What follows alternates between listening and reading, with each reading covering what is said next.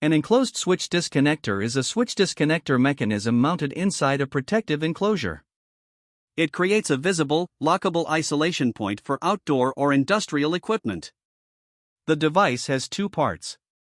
The switch disconnector makes and breaks normal load current and provides isolation.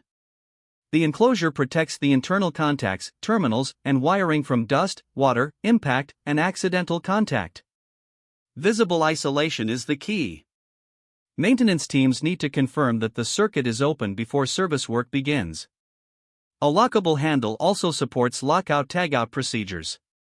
A switch disconnector is not a circuit breaker. It can switch normal load current, but it is not designed to interrupt fault current unless the datasheet says so.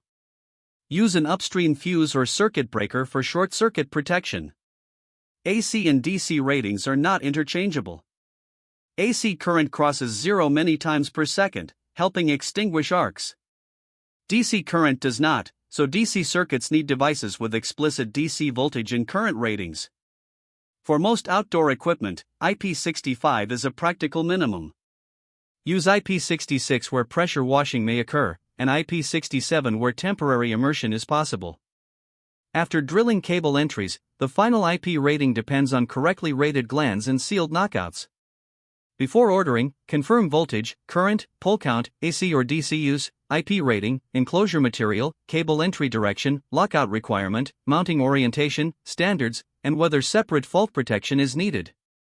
Typical applications include HVAC units, pump stations, outdoor distribution boards, EV charging infrastructure, and the AC side of solar inverter systems. The takeaway: select the switch body and enclosure together, verify the datasheet, and match the device to the real installation environment. Read the full guide at shieldhz.com.